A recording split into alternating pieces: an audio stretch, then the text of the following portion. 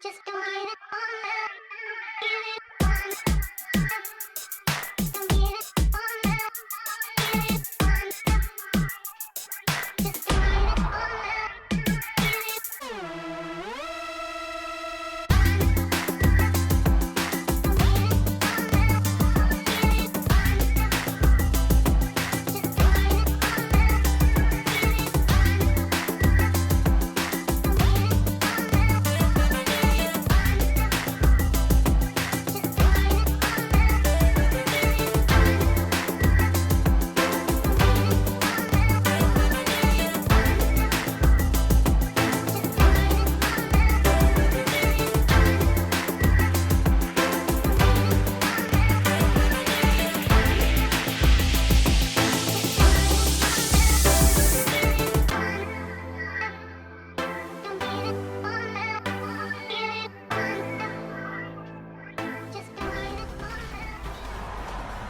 Hello, Will here, and here we are in the final round of the FIA Manufacturers Series, the Exhibition Season 2, and unfortunately my qualifying went to complete shit. Now that's not because of getting stuck in traffic, or because I disqualified really badly, but by the fact that I couldn't actually enter into the qualifying. I don't know what was happening, I don't know what caused it, but I don't. You might have experienced before, but sometimes when you go to enter like a lobby race, and you go to enter it, but then you just get the black screen. You still get all the HUD, like like your radar, the map, and position, lap, and all that kind of stuff. You get the actual HUD. But the screen behind the HUD just stays black. I had that happen, and I had that happening throughout the whole of the qualifying. So I literally couldn't partake in the qualifying at all. So I had to sit the whole thing out. So I had to start from the back. But I was luckier than the guy who was in front of me, by the fact that he did the qualifying. He was able to do warm up. He did the qualifying. And as soon as he gets into the race, literally after the lineup show, he sat there for 3 seconds and then gone, because I can only assume it was an internet disconnection, because he was on the red before he disappeared. So I can only assume it was because of, well, either internet problems in the ways of that he disconnected himself because of the internet problem, or he just was disconnected because his internet just completely died on him or her. But either way, I'm still fighting from the back. Either way, at the end of this, either way, I'm still fighting from the back. So this should be fun. But yeah, so this was the final round, and I must admit, due to the whole qualifying issue, when I came to do this race, I was like, I didn't feel very motivated to do the race. I still did it because, I managed to actually get in the race. But I was kind of a bit disappointed that I couldn't do any qualifying, because I wanted to do some qualifying for this, but I couldn't do it. And I was like, now this is disappointing. I mean, if I took part in the qualifying and I end up last because I just did really bad at qualifying, then it was like, alright, fair enough, I did badly. I can't feel bad about that because I did badly. But it was due to the fact that I couldn't partake in the qualifying because of some kind of bug. It was a bit, So I wasn't motivated to do the race, but I still did it anyway. I thought I may as well see what I can get. But so yeah, due to that, it was sort of like my race, the end of my season. It didn't go. My season didn't end with a bang, but with a whimper, shall we say? So it probably wasn't my best race because I just wasn't as motivated in the race. But yeah, what can I do? So talking about FIAs and all that, this for now anyway, for now, this will be my last FIA race that I do. Not because the season's ended, because there's actually a new season beginning at some point. I think on the date that I'm recording this commentary, the new season starts in like, it's either the weekend coming up or the week after, kind of thing. It's very soon, at least anyway. It's like in the next few days, really, from the date that I'm recording this commentary. But they've kind of changed it up a little bit on how it all works, which is not a bad thing. I will say it's not a bad thing, the changes that they've made. For example, now there's I think it's 5 time slots, whereas normally it was just 3. But now there's 5 time slots. So that means, you know, it's all like people won't feel so like pressured to try and get the best result they can, because there's many time slots that they can try. So, you know, if you do race 1 and you don't do too well, it's like, alright, I won't do race 2. I'll just practice during race 2, and then in race 3, I'll actually do the race. And if it's like, oh, I think I can do better, I'll use the time for race 4. I'll use that just to actually just practice during that race. So I'll actually skip that race, but I'll practice during that race. And race 5, I'll then do the race 5.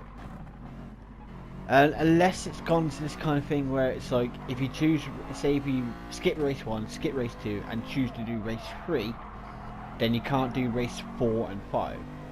But as far as I'm aware, that's not how it's working. But I haven't looked into it into great depth just yet. Another change that they've done, which I think is a good change, is the nations now run on a different day than the manufacturers. I think nations is like Tuesdays and Saturdays, and manufacturers is Wednesdays and Sundays. Or at least two in the UK. That is. I mean, like if you're living like Australia or America, it might be different days because of time zones and all that. But from the in the UK, it's nations, I think, are, if I'm remember correctly, are on Tuesdays and Saturdays, and manufacturers are on Wednesdays and Sundays. So that's another good thing that they've done, is that they separated out each racing series to run on different days, rather than always being on the Wednesday and the Saturday, UK time at least anyway. But where it doesn't fall well for me, not because I think oh they've picked really stupid times for it. It's just unfortunately due to because I don't normally tend to do nations. I normally tend to do manufacturers, and normally Wednesdays and Sundays I'm working, and I'm normally working late. So by the time I finish work and get home, it's unfortunately all the races would have been done by then, so I won't be able to take part in it. And to be honest, it's the second same in the nations as well. And even if I do have ample opportunity to actually take part in the race here and there, I'm still not going to do videos on them, because I don't want to do it like in a way, so like say I do round 1, but then I can't do round 2, I can't do round 3, and I can't do round 4, but then I could do round 5. And then say like after round 5 I can't do 6 and 7, and then I could do round 8, but I can't do round 9 and 10. You know, out of 10 rounds I've only done 3. It's kind of like, You know, I'd rather, I know in this season I've missed, in a way, of videos, there's 2 races that I've missed. First one was round 1. That's just because it's all like, the race didn't go amazingly well, and also at that point I was doing a new video structure and I'd actually completely forgot to record one of the videos, and it was like, I don't really want to put this up as a video, because I didn't want it to follow the same kind of video format as I was doing with all the other ones at the time. And round 9 at Spa, there was no video of me doing Spa, but that's because Spa was completely in utter shambles. I mean, completely in utter shambles, and I had to quit the race, basically. So that's why there was no video on Spa. But I don't want to do that kind of thing for if I do season 3. I don't want to do it in set ways to like I do 3 out of 10 races, and there's big gaps between which races that I do. So I'm basically opting out to doing FIAs. That doesn't mean I'm going to stop doing videos. I will still be doing videos, but it'll just be in daily races, even though I'm not looking to most forward to that, because doing FIAs has actually helped me get my DR up, whereas it was always a bit of a struggle in the dailies, because daily races can be a bit more dirtier racing than the FIAs. Well, to me it is anyway. Might not be the case to everybody, but to me it was. But I still want to do videos, because I do enjoy doing these videos, and I do enjoy doing these silly commentaries, either on the race or just talking about some random bullshit, like what I'm doing now. You know. So I will still be doing videos. It'll just be in the daily races rather than FIAs. And also, now that I'm freed up from doing FIA, it also means that I might be able to put a little bit more time in going back to doing my top 5 liveries videos, which I'm still doing whilst doing the FIA, but it was always on the back foot compared to the FIA races. But yeah, but all in all, overall, with the whole new structure to the FIA, I think it's good, and I think it actually probably will work a lot better. It's just unfortunately the times don't work around my life outside of doing these videos. Well, FIA videos anyway. But I will still be doing some other day races and top 5 liveries in the future, as well as a one-off special, as long as enough people actually join the race. But it will be a bit of a long one, so bear that in mind. It will be a bit of a longish video. But enough about that. So now on to my race at Laguna Seca.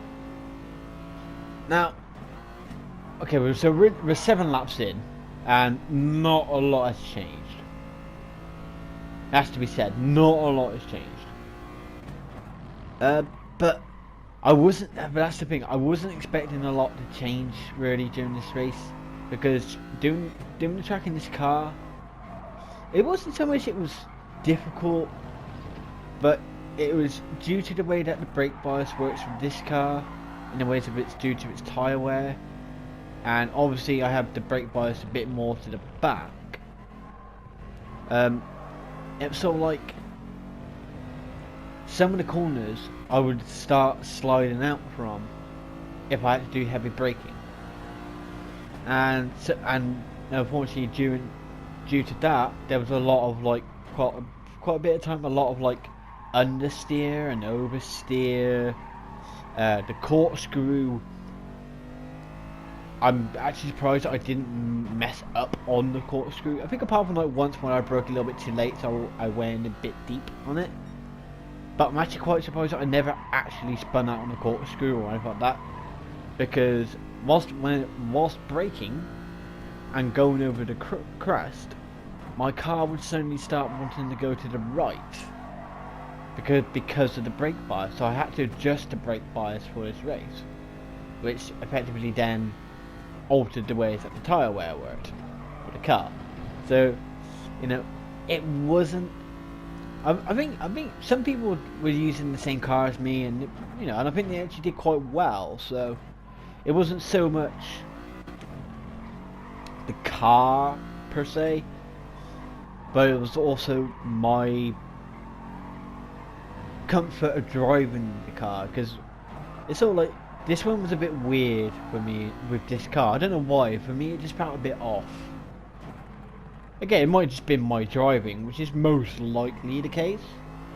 But for me, it just felt a bit off. But, you know, I still put in some, you know, I was still consistent with my lap times. Okay, they weren't the fastest lap times. Granted, they weren't the fastest lap times. But but from what I can remember, they were quite consistent. There was like maybe like 1 or 2 laps that were a bit off. But, you know, I think they were relatively consistent.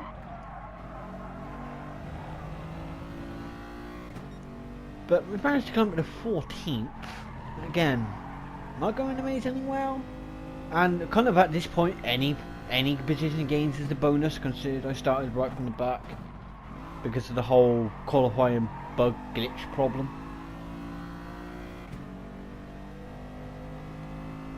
But obviously I was still trying to aim. See, in this kind of situation, I was trying to aim for like, alright, let's aim for at least trying to get into the top 10. There's no point in me aiming for first, because that ain't gonna happen. So it's like, alright, I'm gonna aim to try and get into the top 10. That was the aim. Did I achieve that goal? You'll have to wait till the end to see. But I decided to set that aim to myself. But another problem is without doing the qualifying, I couldn't see how the tyres were going to be. I mean, I had a rough idea of what kind of strategy I wanted to do when it came to pitting, because this pit lane is freaking long. So I sort of like had a rough idea of what strategy I wanted to do, but I obviously didn't know how well the medium tyres would work on this, because I couldn't get an idea from the qualifying. But again, I had a rough idea of what I wanted to do for a pit strategy, which obviously we've already pitted once already, and that was on lap 5.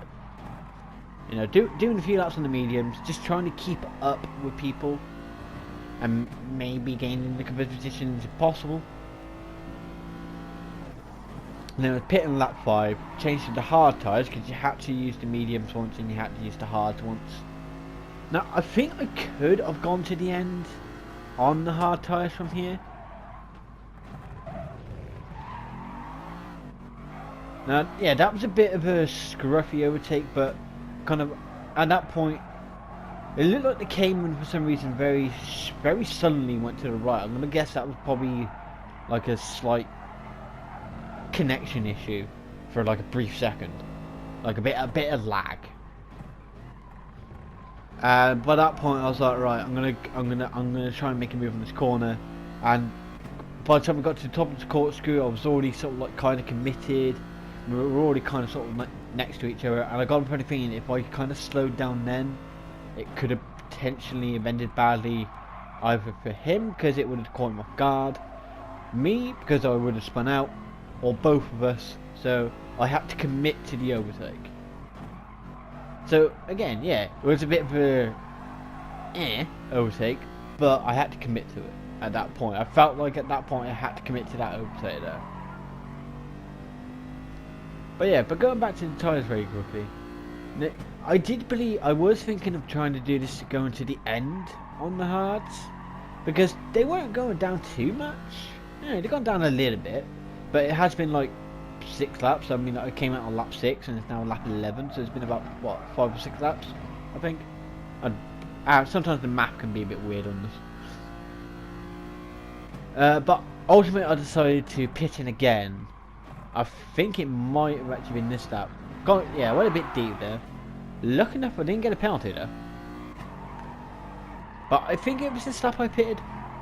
It's either this lap or the next lap. I decided to pit in one last time and just go back to mediums to try and get some faster lap times to see if I can catch up. Fuel wasn't an issue for this race at all, so didn't need to worry about that whatsoever. But again, it's like extremely long pit lane.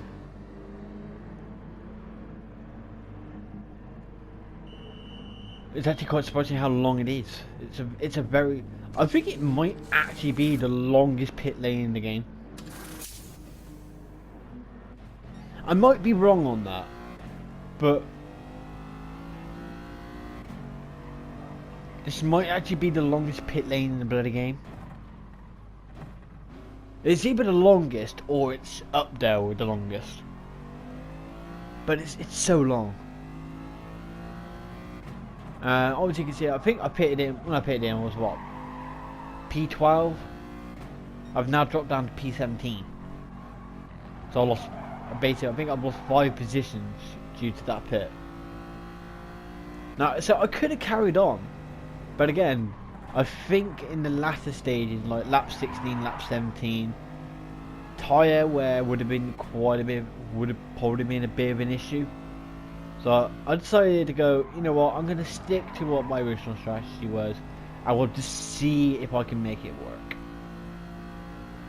So the plan to get into the top 10 has now just moved further away. So first of all, I'm going to get past this guy. A fellow Mercedes driver. I'm looking up there, he's kind of wide, he doesn't muck up too much there really. So I couldn't really make a move there. And then looking up, he decides to pit, and the person in front of him pitted. So I've been able to gain a couple of positions there, get myself up to 14th.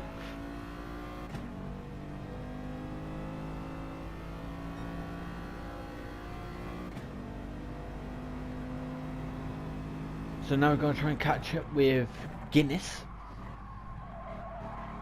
who earlier on did accidentally bump us off, but I don't think it was an intentional bump off or anything like that, because we were sort of like both going around the corner, and obviously I was trying to stick more to the left, just so he had enough room to go on the inside, because he was on the inside anyway. So obviously he moved over to the left a little bit just to make sure he had enough room. And I think he must have had a bit of a problem with a little bit of understeer, so he went a bit wide. I think he went a bit he went a bit wider than he was planning to. And fortunately there was a little bump between us. He got a second penalty, but then he did move over and allowed me to pass. Now I don't know if that's because it was like, oh, I've accidentally knocked him off a little bit, I'm going to let him pass because blah blah blah, or if it was I'm going to let him pass because I've got a 1 second penalty and he's going to be behind me all the way up to the penalty gate, so he's going to overtake me anyway, so I may as well just let him pass now. I think that's probably what it more likely was, is that he's like, since he had the penalty and he knew that I would overtake once we got to the penalty zone, it was like, oh, I'll just let him overtake now rather than holding him up, potentially allowing other people behind us to catch up, kind of thing. But again, his little bumping me off the track, don't think it was intentional or anything like that. It was just an unfortunate incident, and that was it. Nothing much else to say really. But looking at the penalty he got wasn't too severe. It was only, okay, 1 second might be severe to some people, but trust me, it could have been a hell of a lot of a worse penalty. So at least it wasn't too costly. But I now got to try and catch up with him again. So he gets a bit wide here. Now unfortunately, I think it's here. Unfortunately at this point I didn't actually see the yellow flag warning come up. I don't know why I didn't notice it. It's in big bright yellow letters. For God's sake. But I didn't actually notice it. And then I suddenly got the 3 second penalty. I got 3 second penalty and it's saying ignoring track flag rules. And I was like, what? When? When that happened? And then I saw that the guy at the bottom of the corkscrew was off, and I was thinking, oh, I must have overtook Guinness when the yellow flag was up. But I didn't actually notice it during the race. And it was only when I saw the guy spin out at the bottom of the corkscrew, I was like, oh, that was the yellow flag, and I must have passed Guinness. But I didn't see the bloody warning. It was like, ah. And then I got an extra half-second on top of that because unfortunately I cut the corner on the corkscrew a little bit. Because then I cut it earlier on in the race and didn't get a half-second penalty. I cut it this time and I get a half-second penalty. What's the difference? I cut the corner both times. So why is one worth a penalty and one not worth a penalty? You know, it is a question of what is the difference? But yeah, that's the first ever time that one, I have got a penalty from ignoring a flag rule, which I didn't even notice. And two, it's the first time I've actually known anyone to get a yellow flag rule. Look, a penalty from ignoring a yellow flag. Because of all the videos I've watched and the races I've been in and stuff like that and seen people get penalties, I've never seen anyone actually get a penalty because of that reason. I'm the first person I know to have got a penalty for that reason. Am I unique to the world now, or have you got a penalty for breaking the flag rule before? Now let me know in the comments below, because I'm the only person I know of so far who's got a penalty because of that reason. Because I didn't see the notice, despite it being in big yet bright yellow letters on the screen, flashing, saying, read me, you twit." But no, I didn't see it and I got myself a penalty. Now lucky enough, I didn't actually lose any positions. I just about managed to stay ahead of the Merc. Just about managed to stay ahead of him. Now at this point he's starting to fall back, so I think he's either on the hard tyre or he's on the medium tyres, but he's been on them for longer than what I have, because his times just starts falling behind. So now I'm going to try and catch up with 11th, which I do slowly start catching up with him. I'm still not really close enough, and it's probably a bit of an ask to get past him with the amount of time that I got left. It is a bit of an ask, not impossible, just a very big ask. I mean, if he makes a mistake on the corkscrew, say for example, then yeah, I'm pretty much going to pass him. Simple as, really. But as you can see, the time is going down a little bit from me getting closer to 11th, and the gap between me and 13th is slowly increasing a little bit. Alright, there we are on the final lap. Am I able to catch up with 11th and go into the corner like that? Not really. Fortunately, just pushed it a bit too deep. Now I think it's around here. It might be just a little bit further ahead. He does start to open. 11th does start to open that gap again, and that gap was just slowly increasing, just little bit by little bit. I think it might have been around the point of the corkscrew, I think. Which by that point I was like, you know what, I'm just going to give up on trying to catch up with 11 because he's actually pulling ahead now. We're near the end of the race. So it's like, I'm just going to try and make sure that I don't make a mistake. So I don't potentially have 13th actually catch up and take over. So coming up to the corkscrew for one last time. I mean, it's a bit of a slow corkscrew there. So it doesn't look like we're going to get into the top 10. But there was obviously the mandatory tyre change. So there is potential that someone might get a penalty at the end. A hefty 20-second penalty.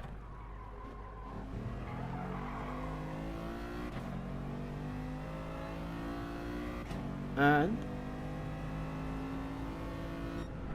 I actually do climb up to 11th because of someone's penalty at the end. But that's it for this video, and that is it for my FIA races. For now, at least anyway. Unless they change it again. But I hope you liked this video. Please remember to like and subscribe, and to share this video with your friends, and to check out my other Gran Turismo videos. So, until next time, I will see you all at the finishing line.